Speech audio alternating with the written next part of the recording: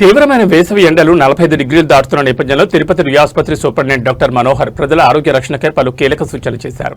దాహం వేయకపోయినా రోజంతా నిరంతరం నీరు, మజ్జిగ, కొబ్బరి నీళ్లు మరియు ఓఆర్ఎస్ ద్రావణాలు తాగుతూ శరీరాన్ని ఎల్లప్పుడూ హైడ్రేటెడ్గా ఉంచుకోవాలని ఆయన కోరారు. ఎండ తీవ్రత ఎక్కువగా ఉండే ఉదయం 11 గంటల నుంచి 4 గంటల వరకు పెద్దలు, ముఖ్యంగా పిల్లలు బయటకు వెళ్లడం పూర్తిగా తగ్గించాలి.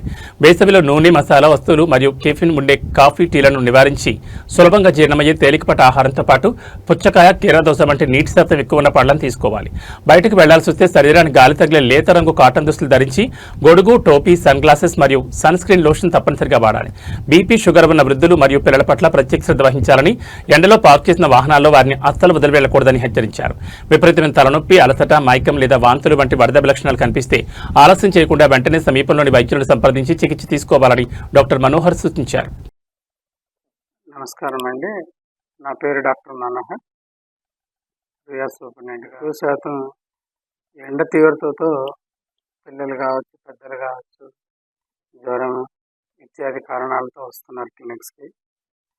కొద్దిమంది పెద్దలైతే తీవ్రమైన జ్వరం, తలనొప్పి, మానసిక ఒత్తిడి, నీరసం, కళ్ళు తిరగడం, వాంతులు, విరేచనాలు, శ్వాస తీసుకోవడం కష్టం.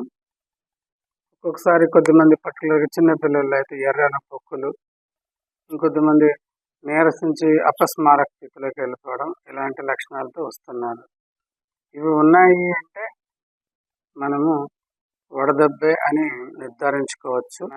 టెంపరేచర్ నియంత్రించే ఆ ప్రదేశం బ్రెయిన్లో హైపోథాలమస్. తీవ్రత ఎక్కువ 104.9 డిగ్రీల ఫారెన్హీట్గా దాటితే హైపోథాలమస్ నియంత్రణ కోల్పోతుంది. ఇలాంటప్పుడు మనము ఇలాంటివి జరగకుండా ఉండడం కోసము ముందుగానే మనము ఎండవేళలో బయటికి రానియకుండా పిల్లలు కావచ్చు, పెద్దలు కావచ్చు అవాయిడ్ చేయాలి. రోజుకు కనీసం పెద్దవాళ్ళు అయితే 10 నుంచి 15 గ్లాసులు నీళ్ళు తాగమని చెప్పాలి. మంచినీళ్ళు కావచ్చు, టెంకాయ నీళ్ళు కావచ్చు, స్తోమతను బట్టి.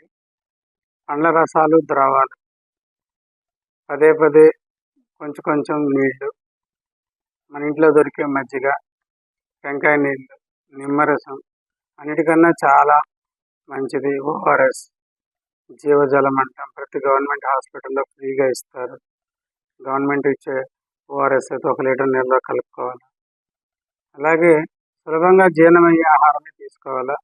వేసవిలో నూనె వస్తువులు, మసాలాలు తగ్గించి తేలికపాటి ఆహారం, బ్లాండ్ డైట్ అంటాం, అక్కడ తీసుకోవాలి. మజ్జిగన్నం, పెరుగు, మసాలా లేని ఆహారం ఎక్కువ తీసుకోవాలి. బయటికి వెళ్ళాల్సి వస్తే గొడుగు కానీ, టోపీ కానీ వేసుకోవాలి. కొంచెం స్తోమత ఉంటే సన్ స్క్రీన్ లోషన్లు పూసుకొని పోతే మంచిది. అలాగే ఈ కాఫీ ప్రియులకు ఒకటే మాట, కాఫీలు, టీలు ఈ ఎండలు తగ్గే వరకు అవాయిడ్ చేయండి.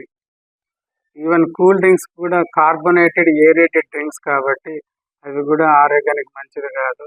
వాళ్ళల్లో కూడా వడదెబ్బ తీవ్రత ఎక్కువ అవుతుంది. వాటిని కూడా నివారించండి. ఇంకా మనము ఈ సీజన్లో మనం గమనిస్తే పుచ్చకాయ, దోసపండు, కీరకాయ, ఇంకా చెప్పాలంటే మేము చిన్నప్పుడు అంతా తాటి ముంజలు తినేవాళ్ళం.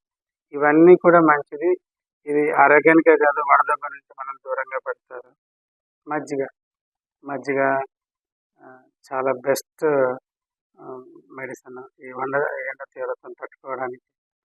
లైట్ కలర్ డ్రెస్సులు మాత్రం వేసుకోవాలి. వీలైతే రోజుకు 2 సార్లు స్నానం చేయాలి. తద్వారా ఇరిటేషన్ కూడా మనకు తగ్గుతుంది. ఫ్రెష్ ఆకుకూరలు తినడం ద్వారా, లిక్విడ్స్ ఎక్కువ తీసుకోవడం ద్వారా దీన్ని నివారించవచ్చు, అరికట్టచ్చు. ఇబ్బందుల్ని రానియకుండా అరికట్టచ్చు. పర్టికులర్గా యూత్, జంజెస్ అనే కాదు, పెద్దవాళ్ళు కూడా. సినిమా రిలీజ్ అయితే క్యూలో నిలబడుకొని ఎండకి ఇబ్బంది పడుతున్నారు. ఈ మాట ఎందుకు అంటున్నానంటే క్యాజువాలిటీకి ఆడ్ అవర్స్లో వచ్చింది అంటే ఈ కేసులు ఎక్కువ వస్తున్నాయి. మాకు ఈ వడదెబ్బకు ఎక్కువ గురవుతున్నారు. జ్వరం తగ్గదు. 1 రోజు, 2వ రోజు, 3వ రోజు, ఇట్లా రోజులు తరబడుతున్నా కూడా మెల్లిగా తగ్గుతుంది. దానికి చూడాల్సింది ద్రవాహారం ఇస్తున్నామా, ఓఆర్ఎస్ ఇస్తున్నామా. 2 ఏళ్ళ లోపల బిడ్డకైతే తల్లిపాలు ఇమ్మని ఖచ్చితంగా చెప్తున్నాను.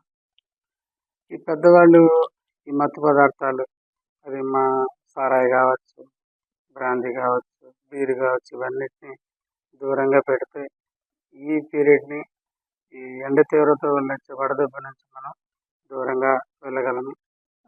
ఈ పానీపూరీలు, సమోసాలు రోడ్డు మీదనే కొన్ని వేల కాదు లక్షల్లో బిజినెస్ జరుగుతుంది. వీలైతే వాటిని అవాయిడ్ చేయండి. తినాలనుకుంటే ఇంట్లో కూడా చేసుకొని తినొచ్చు. వీలైతేనే మాంసాహారం కాకుండా శాకాహారం ఎక్కువ తీసుకునేట్టుగా ప్లాన్ చేసుకోండి. తర్వాత రైతు కూలీలు, కష్టజీవులు, శ్రమజీవులకి వాళ్ళు కూడా నీళ్ళు, మజ్జిగ అయితే వాళ్ళు తెచ్చుకుంటారు. ఖచ్చితంగా మనకన్నా వాళ్ళు బాగానే చేస్తారు. వాళ్ళకి కూడా విన్నపం ఏంటంటే ఈ ఎండలు గత వారం కాదు ఇంకొక 2 వారాలు మనల్ని భయపిస్తాయి. జాగ్రత్తగా ఉండండి. మీరు బాగుండండి. ఫ్యామిలీని కూడా బాగా ఉంచుకోండి. సో ఇట్లాంటి తీవ్రత ఎక్కువైంది, చాలా ఇబ్బందిగా అనిపిస్తే ఇంట్లో తాచారం చేసి పడుకోబెట్టి చేయకుండా దగ్గరలో ఉన్న ప్రభుత్వ ఆసుపత్రి, మేము 24/7 ఫ్రీ ఆసుపత్రుల్లో మా క్యాజువాలిటీలో అన్ని సౌకర్యాలతో అందరూ స్పెషలిస్టులు ఉన్నారు. మీరు ఇక్కడికి రండి. ఏ చిన్న ఇబ్బంది వచ్చినా సూపరింటెండెంట్ నెంబరు గూగుల్లో కూడా ఉంది. మాకు ఫోన్ చేయండి. సత్వర వైద్యం పొందండి. ప్రాణాలు కాపాడుకుందాం. మీ ప్రాణాలు మా బాధ్యత.